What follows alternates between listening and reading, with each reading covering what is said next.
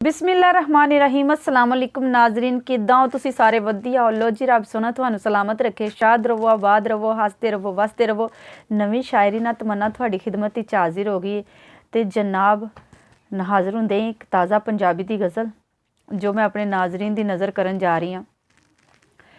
सजना लगे रोग अवले, सजना लगे रोग अवले, रहा नहीं कुछ भी पल्ले।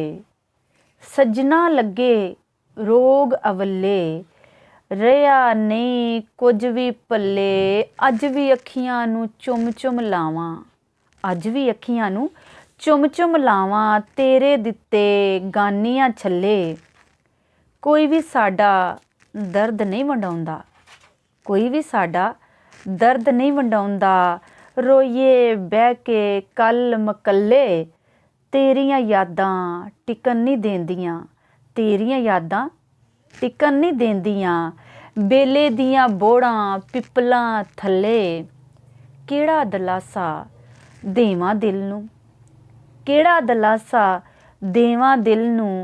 नैन भी हो गए कमले झल्ले, वे एडा केड़ा तमन्ना गुनाह चा कीता, वे एडा केड़ा तमन्ना गुनाह चा कीता।